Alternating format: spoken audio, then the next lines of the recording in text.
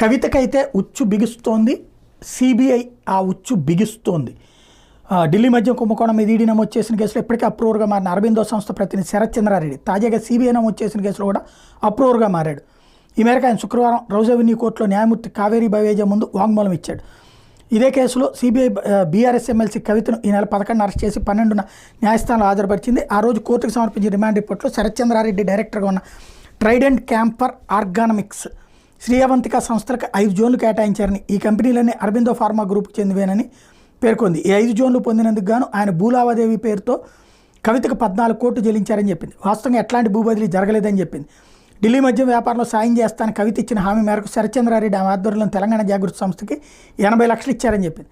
ఢిల్లీలో కేటాయించిన 5 రిటైల్ జోన్లలో ఒక్కో దానికి 5 కోట్ల చొప్పున మొత్తం 25 కోట్లు ఇవ్వాలని కవిత 2021 నవంబర్ డిసెంబర్లో ఆయన అడిగారని, అయితే డిమాండ్ చేసినంత డబ్బు ఇవ్వడానికి ఆయన నిరాకరించడంతో తెలంగాణ